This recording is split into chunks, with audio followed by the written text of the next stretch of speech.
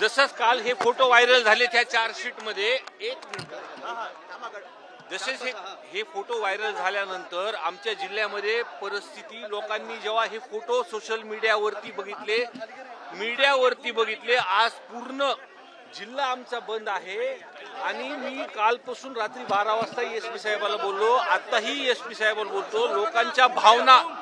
लोकांच्या भावना ह्या तीव्र झालेल्या आहेत।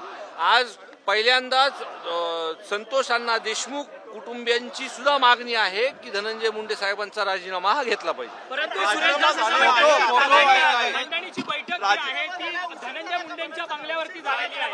हे बघा, राजीनामा नक्कीच घ्यायला उशीर झालेला आहे आणि पण लोक आता रस्त्यावरती उतरणं चालू केले। मागच्या वेळेस सुद्धा जेव्हा गुन्हा दाखल करायला किंवा जो मास्टर माइंड आहे वाल्मिक कराड यांना मुख्य आरोपी करा म्हणून जेव्हा लोक रस्त्यावर उतरले होते, 1 लाखापुढे लोक रस्त्यावरती बीड जिल्ह्यामध्ये उतरले होते आणि राजीनामा जर झाला नाही तर हीच परिस्थिती परत एकदा बीड जिल्ह्यामध्ये दिसून येईल। परंतु सुरेश दास म्हणतात की खंडणीची बैठक जी आहे ती सातपुडा बंगल्यावरती धनंजय मुंडेंच्या बंगल्यावरती झालेली होती, त्यामुळे याचं कनेक्शन आहे म्हणून खंडणीमुळे हत्या झाल्याचा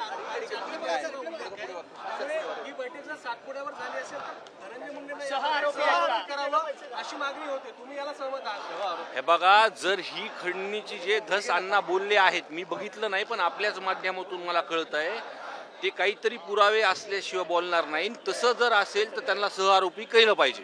राजीनामा हा द्यायला उशीर झाला का आणि सगळ्या सरकारच्या राजीनामा उशीर झाला का? हे बघा, जेव्हा नागपूरमध्ये अधिवेशनामध्ये हा विषय जेव्हा मी मांडला होता आणि माझ्यासोबत पहिल्यांदा असं तुम्ही बघितलं असेल की सत्ताधारी पक्षांनी सुद्धा हा विषय मांडला। ह्याची वस्तुस्थिती सर्वांनी बघताना ज्या पद्धतीने या कुटुंबावरती अन्याय झालाय, सर्व सभागृहामध्ये या विषयावरती बोलले, सरकारने सुद्धा त्याची दखल घेतली आणि जेव्हा पोलीस प्रशासन मधले एसपींची बदल झाली, CIDची चौकशी लागल्यानंतर जे काही कालपर्यंत तपास आम्ही बघितला, आमच्या आमदारांचं त्याच्यावरती लक्ष आहे। तर मुख्य आरोपी म्हणून वाल्मिक कराडला घेतलेला आहे, चौकशी व्यवस्थितपणे चालू आहे। आता फक्त हीच मागणी आहे की हे जे वाल्मिक कराड आहे की ह्यांना फासावर चढवलं पाहिजे सर्व आरोपींना आणि राजीनामा धनंजय मुंडे साहेबांचा घेतला पाहिजे।